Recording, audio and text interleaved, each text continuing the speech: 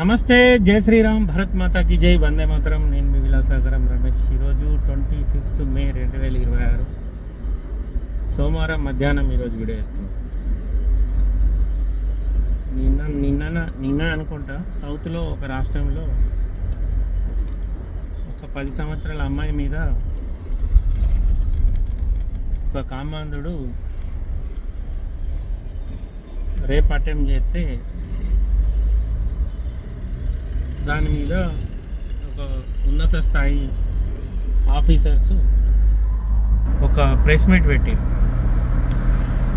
ప్రభుత్వ ఉద్యోగం అంటే ఎంతో కష్టపడి చదువుకొని ఆ స్టేజ్కి వచ్చిన వాళ్ళు వాళ్ళ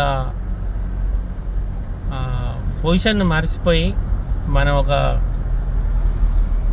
పబ్లిక్ ప్రెస్ కాన్ఫరెన్స్లో ఉన్నాం.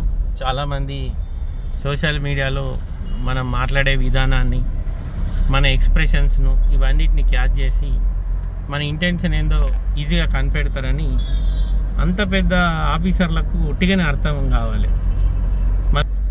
ఒక మహిళ ఉండి కూడా ఆ మహిళ అనే విషయం కూడా మర్చిపోయి ఐపీఎస్ ఆఫీసర్, ఎంతో పెద్ద పోస్ట్, ఆమె పక్కపొన్న ఇంకొక ఐపీఎస్ ఆఫీసర్, ఈమెనేమో గోర్లు గిల్లుకుంటూ ఇట్లా అనుకుంటూ నవ్వుతే ఆ పక్కపొన్న ఆ మొగైన ఆఫీసర్ ఆయన కూడా నవ్వుతారు. అక్కడ ఒక అమ్మాయికి అన్యాయం జరిగింది, దాని మీద ప్రెస్ మీట్ పెట్టినప్పుడు ముఖంలో కొంచెం సానుభూతి కనబడాలి. సరే, మీకు లోపల వాళ్ళు అవతల గరీబోళ్ళు కాబట్టి చచ్చిపోయారు, మీకు సంతోషమే ఉంటుంది. కానీ యువతల పబ్లిక్ మనం 10 మందిలో ప్రెస్ మీట్ పెట్టినప్పుడు కొంచెం మన ముఖంలో కొంచెం సాడ్నెస్ కనిపించేటట్టు మాట్లాడాలి. కానీ మనం ఏం చేస్తామంటే బాగా డబ్బు, మదం, పవరు ఒక దాన్ని మన కుటుంబం సభ్యులు కాదు కాబట్టి ఎవరో చచ్చిపోతే మాకేంది అని సొమ్ము తినేదంతా మేము కట్టిన ట్యాక్సీల మీదనే, మీకు వచ్చే జీతాలు అవే, మీరు తిరిగే కార్లో పోసే పెట్రోల్ మాదే, మీ దగ్గర పనిచేసే డ్రైవర్కి వచ్చే జీతం మేము కట్టిన ట్యాక్సీలే. ఇవన్నీ లెక్కేసుకుంటేనే మీరు అక్కడ ఆ పొజిషన్లో ఏసీ రూమ్లో కూర్చొని ప్రెస్ మీట్లో గోర్లు గోక్కుంటా నవ్వుకుంటా మాట్లాడగలుగుతారు. మీరు ఎంతో కష్టపడితే కానీ ఆ స్టేజ్కి పోలే. ఐపీఎస్ అంటే పిల్లల నాట కాదు. ఇప్పుడున్న దాంట్లో ఒక కానిస్టేబుల్ కావాలంటేనే తల పనం తొక్కకత్తది. అసలు మీరు అంత పెద్ద పోస్టుకు పోయారంటే మీరు ఇంకెంత కష్టపడి ఉండాలి. కానీ మీరు అది మర్చిపోయి మీరు చేసిన ప్రమాణాలు, మీరు ఉద్యోగానికి రావడానికి ముందు చేసిన ప్రమాణాలు, మీరు న్యాయం వైపు నిలబడాల్సిన విషయాలు అవన్నీ మర్చిపోయి సిల్లీగా అంటే ఎంత సింపుల్గా అంత పెద్ద సంఘటన మీద ప్రెస్ మీట్ పెట్టినప్పుడు మీకు పైన ఎంత భయం ఉండాలి. సమాజం అంతా నన్ను చూస్తుంది. ప్రపంచవ్యాప్తంగా సోషల్ మీడియాలో ఇప్పుడున్న జనరేషన్లో సోషల్ మీడియాకు ఏదైనా చిన్న సంఘటన జరగంగానే ఎక్కువ షేర్లు, దీని మీద ఖండించేటోళ్ళు కూడా రోడ్ల మీదకి వచ్చి మాట్లాడేటోళ్ళు ఉంటారు. నేను కూడా ఒక ఆడామనే, ఒక ఆడపిల్లకు అన్యాయం జరిగింది కాబట్టి నేను ఒక మహిళ లెక్క ఆ పిల్లలకు నేను సపోర్ట్ లెక్క మాట్లాడాలనే విషయం మర్చిపోయి పురాణాలు కాదు జోకులు వేసుకుంటే నవ్వుకున్నట్టు నవ్వుకున్నారు.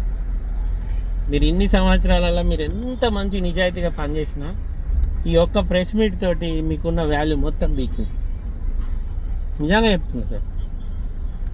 చాలామంది ఒక స్థాయికి అయిన తర్వాత వాళ్ళు ఏడికి వెళ్ళొచ్చారో మర్చిపోతారు. మీరు ఎంతో కష్టపడితే కానీ అక్కడ దాకా పోలేదు.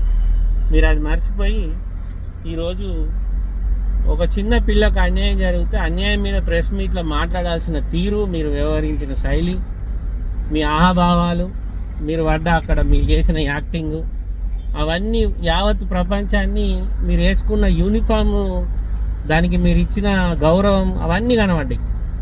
ఇంకా మీలాంటి వాళ్ళు ఎంతోమంది ఉన్నారు. ఎవడన్నా అమాయకుడు పాపం అన్యాయం జరిగిందని పోతే అని ఫస్ట్ సూటిపోటి మాటలతోటి చంపేస్తారు. అక్కడిని ప్రాబ్లం వినరు. ఏదన్నా జరిగింది సార్ ఇట్లా మా అమ్మాయి తప్పిపోయింది అంటే ఒకడు అంటాడు ఏమంతోటి పోయిందో అంటాడు, ఒకడు అంటాడు అత్తత్తి పోయి ఎటుపోతుంది రాదా అని ఒకడు అంటాడు. ఇమీడియట్లీ యాక్షన్ ఉండదు.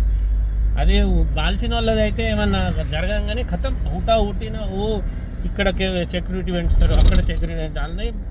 ఈ దేశంలో ప్రామిస్ చెప్తుంది, ఈ దేశంలో ఎట్లా తయారైందంటే ఉన్నోనుకో రూలు, లేననుకో రూలు అయితే అట్లా చేసే మొత్తం ఖరాబ్ చేశారు దేశాన్ని. అంత మంచి పొజిషన్లో ఉన్నారు సార్ మీరు, సార్ మేడం. కానీ మీరు చేసిన పని వల్ల మీ కింద పనిచేసే ఏ ఒక ఆఫీసర్ కూడా మేడం మీరు కరెక్ట్ చేసారని అయితే అన్నారు. బాగా దూరం ఎందుకు మేడం, మీ కింద పనిచేసే వాళ్ళు కూడా మిమ్మల్ని ఎంతో సెన్సిటివ్ మ్యాటర్ ప్రెస్ మీట్లకు వచ్చినాం, ప్రిపేర్ అయ్యి రావాలి, మీకు వాళ్ళు చెప్పే అవసరం లేదు.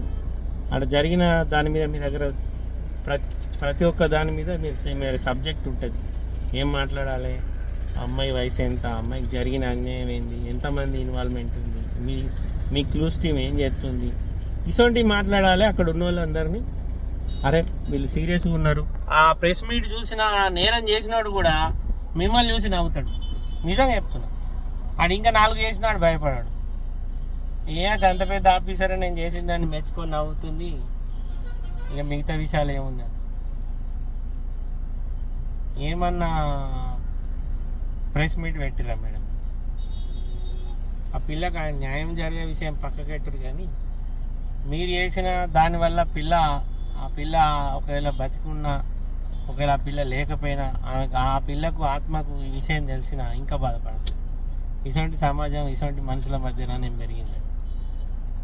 మనం ఏం చేస్తామంటే వానికన్నా దెబ్బ తాకినప్పుడు లోపల నవ్వుకుంటాం మంచిగా అయిందని, కానీ బయటకు ఏం చేస్తాం, సానుభూతి చూపెడతాం. ఇది కలియుగం, అట్లనే ఉంటుంది ఇక్కడ. మీరు కూడా అట్లనే ఆ అమ్మాయికి అన్యాయం జరిగింది కాబట్టి మీరు ప్రెస్ మీట్ పెట్టి సానుభూతిగా మీ డ్యూటీ, మీ ఆఫీసర్లు ఏం చేస్తారు, మీ ఇన్వెస్టిగేషన్ ఏడాదాకా వచ్చింది దాని మీద మాట్లాడిపోతే అయిపోయి. కానీ మీరు ఏం చేశారంటే గిట్లా అనుకుంటా వెగిలి నవ్వులు నవ్వింది. ఆమె నవ్విందే కాక ఆ పక్క పన్ను ఇంకొక వ్యక్తి ఆయన ఐపీఎస్, ఆయన నవ్విండు. ఎంత పెద్ద పొజిషన్ సార్ మీరు.